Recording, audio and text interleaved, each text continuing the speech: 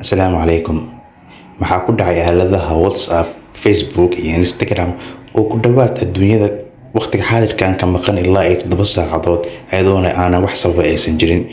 Shirkadda Facebook ayaa mar aan saas u fogeen u shaacisay in bisha October ay isbedelo dhanka tiknoolajiyadda ah ay sameyn doonto ayna horumarin doonto aaladaheeda casriga ah ee dunida laga adeegsado. Waxaa sanadihii ugu dambeeyay aad u kordhayay horumarka ay ku tillaabsanayso tiknoolajiyadda isla markaana ay dunida ay hadda si baahi weyn ay u sii qabto isla markaana ay noqotay wax aan laga maarmin nolosheena.